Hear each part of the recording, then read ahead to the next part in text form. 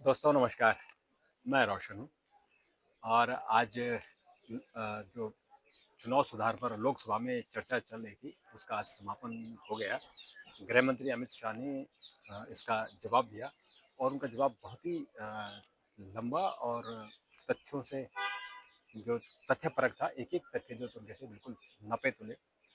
उन्होंने 2-3 बातें कही जो कांग्रेस के लिए चिंता की विषय थी। एक उन्होंने कहा कि वोट चोरी क्या होती है और वोट चोरी की उन्होंने समीक्षा दी। उन्होंने 2 उदाहरण दिए वोट चोरी के।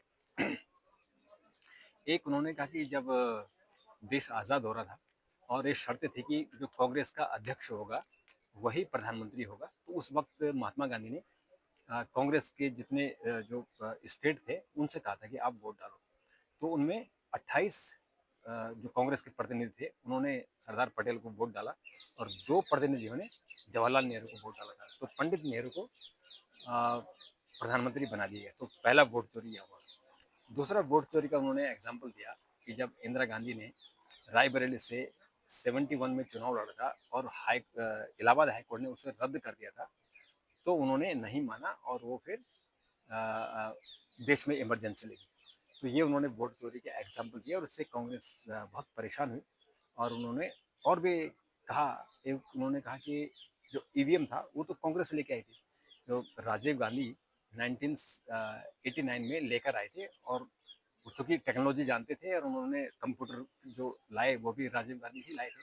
तो इसलिए ईवीएम को कांग्रेस ही गाली दे रही है जबकि वो राजीव गांधी लेकर आए थे। एक बात उन्होंने और कही कि 2004 में जब अटल बिहारी वाजपेयी प्रधानमंत्री थे तो उन्होंने देश में पूरे देश में ईवीएम से चुनाव कराने की प्रक्रिया शुरू की। उससे पहले राज्यों में कुछ-कुछ राज्यों में होता था और 2004 का जो ईवीएम का चुनाव हुआ उसमें कांग्रेस जीत गई, यानी वाजपेयी चुनाव हार गए। तो अगर ये मैनेज होता, ईवीएम खराब होता तो ऐसा क्यों होता?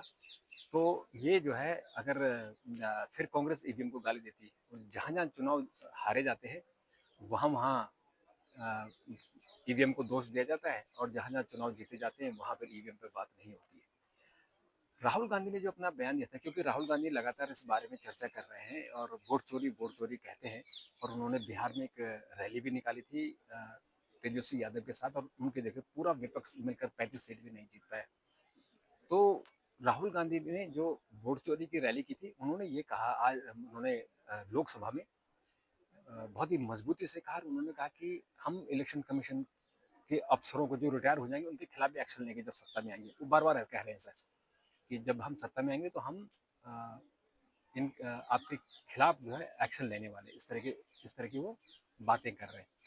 तो हालांकि अफसरों को डराना इस तरह की भाषा बोलना, चूंकि वो लीडर ऑफ अपोजिशन है, संवैधानिक पद पर है, तो ना बोले तो ज़्यादा अच्छा रहेगा। तो ये जो जो वोट चोरी का मामला था वो अब जाके उसकी 2 दिन की जो चर्चा थी वो खत्म हुई और इस चर्चा में बहुत लोगों ने हिस्सा लिया और अपनी अपनी बातें मुख्य तौर पर जो जैसे कि अखिलेश यादव जो उत्तर प्रदेश के, उन्होंने 2 एग्जाम्पल दिए। एक तो रामपुर का लोकसभा का उपचुनाव और एक मिल्कीपुर का अयोध्या विधानसभा का उपचुनाव के बारे में उन्होंने कहा और उन्होंने कहा कि इसमें चोरी हुई है और किस तरह से पूरा जो प्रशासन है, पुलिस है, उन्होंने लोगों को वोट नहीं डालने दिया। उस तरह की उन्होंने बातें कही। तो खैर अब इसमें चर्चा तो हो गई और जो पंजाब की सांसद हैं अकाली दल की, उन्होंने तो यहाँ तक कह दिया कि आम आदमी पार्टी जो पंजाब में सरकार है, सीएम डमी है, वो पूरी सरकारी चोरी की है। वहाँ आम आदमी पार्टी के जो केजरीवाल है वो सरकार चला रहे हैं और वो अगर स्थानीय चुनाव होते हैं तो मास रिजेक्शन होता है, नॉमिनेशन भी कैंसिल करा देते हैं और जिसको चाहते हैं उसको जिताते हैं। इस तरह की उन्होंने बात की। यानी हर आदमी जो जिस स्टेट का है वो स्टेट के बारे में चर्चा कर रहा है कि यहाँ किस किस तरह से वोट चोरी हो रही है। तो जो चुनाव आयोग ने जो एसआईआर किया है, यानी स्पेशल इंटेंसिव केयर की जो एसआईआर किया है, स्पेशल इंटेंसिव रिवीजन, वो उन्होंने इसलिए किया कि अगर वोट में कहीं गड़बड़ी है तो उनको कैसे सुधारा जाए और इस बारे में आज सरकार का जवाब हुआ। राज्यसभा में वंदे मातरम को लेकर चर्चा हुई और उसमें तो जैसे एक दिन लोकसभा में, 2 दिन राज्यसभा में, और उसमें भी लोगों ने अपनी अपनी बातें कही। इतिहास को लेकर बातें हुई है कि उसमें भी ये आरोप लगा कि 1937 में वंदे मातरम के केवल 2 स्टैन्ज़ा के गायन को लेकर चर्चा हुई है, और वो इसलिए पंडित नेहरू की इस पर आलोचना की, उन्होंने मुस्लिम लीग के आगे वो झुक गए थे और उन्होंने वंदे मातरम को कम गाया था। तो आज के लिए संसद से इतना ही, कल फिर आपसे मुलाकात होगी, तब तक नमस्कार।